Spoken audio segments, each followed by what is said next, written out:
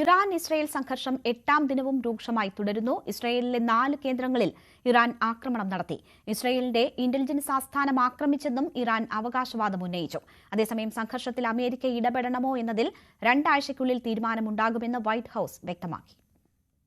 പശ്ചിമേഷ്യയിലെ സായുധ സംഘർഷത്തിൽ അമേരിക്ക നേരിട്ട് പങ്കാളിയാകുമെന്ന ആശങ്ക നിലനിൽക്കെ പരസ്പരം ആക്രമണം കടുപ്പിക്കുകയാണ് ഇസ്രയേലും ഇറാനും.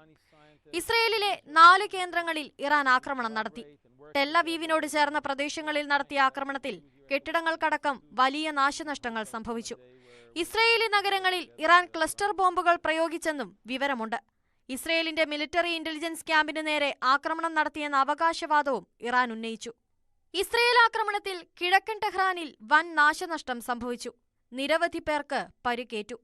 അതേസമയം സംഘർഷത്തിൽ അമേരിക്ക ഇടപെടണോ എന്നതിൽ 2 ആഴ്ചയ്ക്കുള്ളിൽ തീരുമാനമുണ്ടാകുമെന്ന് വൈറ്റ് ഹൌസ് അറിയിച്ചു.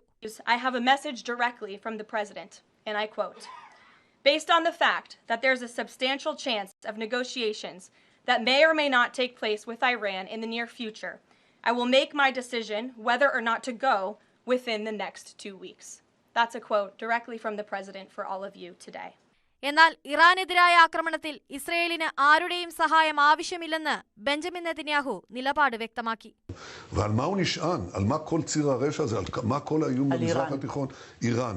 ואם אנחנו, איך אומרים את זה באנגלית? cut them down to size. അതിനിടെ ഇറാനുമായി യൂറോപ്യൻ യൂണിയന്റെ സുപ്രധാന സമവായ യോഗവും ഇന്ന് നടക്കും. ചർച്ചയിൽ ഇറാന്റെ നിലപാടനുസരിച്ചായിരിക്കും തുടർ നീക്കങ്ങളിൽ US തീരുമാനമെടുക്കുക. News desk, news 18. Iran Israel സംഘർഷം തുടരുന്ന സാഹചര്യത്തിൽ ഇന്ത്യക്കാരെ ഒഴിപ്പിക്കാനുള്ള നടപടികൾ തുടർന്ന് വിദേശകാര്യ മന്ത്രാലയം. ഓപ്പറേഷൻ സിന്ധുവിലൂടെ അടുത്ത ഘട്ടം ഒഴിപ്പിക്കൽ തുർക്ക്മെനിസ്ഥാനിൽ നിന്നായിരിക്കും. 350-ലേറെ പേരുടെ അഭ്യർത്ഥന ലഭിച്ചതായി വിദേശകാര്യ മന്ത്രാലയം അറിയിച്ചു. സാഹചര്യം കൂടുതൽ രൂക്ഷമായാൽ ഇസ്രയേലിൽ 36,000 ഇന്ത്യക്കാരെങ്കിലും ഒഴിപ്പിക്കേണ്ടി വരുമെന്നാണ് വിദേശകാര്യ മന്ത്രാലയത്തിന്റെ കണക്കുകൂട്ടൽ. ഇറാനിൽ നിന്ന് 10,000-ത്തിലധികം പേരെയും ഒഴിപ്പിക്കേണ്ടി വന്നേക്കും.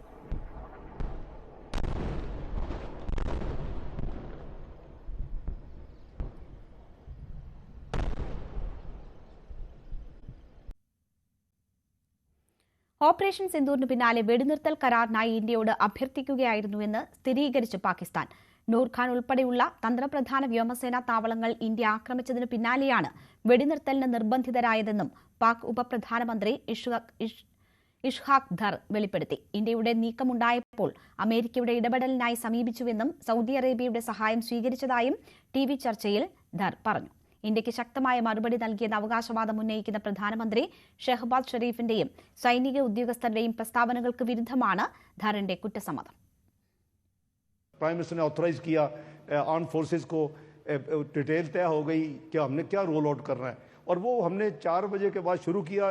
ये उनकी फिर एक बदकिस्मती मैं कहूँगा इंडिया की कि उन्होंने 2:30 बजे फिर वही हरकत कर दी कि जी नूर खान एयरबेस पे, शोरकोट एयरबेस पे, 2 एयरपोर्ट्स पे उन्होंने फिर अटैक किए उसी रात को, 6 और 7 की दरमियानी रात को. तो वो उन्होंने जो कोशिश की, तो उसके बाद बाय द वे उसके बाद विद इन 45 मिनट्स मुझे सऊदी प्रिंस फैसल साहब का फ़ोन आया और उन्होंने मुझे वही बात की कि ब्रदर आई जस्ट अंडरस्टूड कि जी आपकी बात हुई है रूबियो से, और अपना am I authorize to talk to Jaishankar also and convey के you are ready if they stop. I say yes brother you can. और उन्होंने मुझे वापस फ़ोन भी किया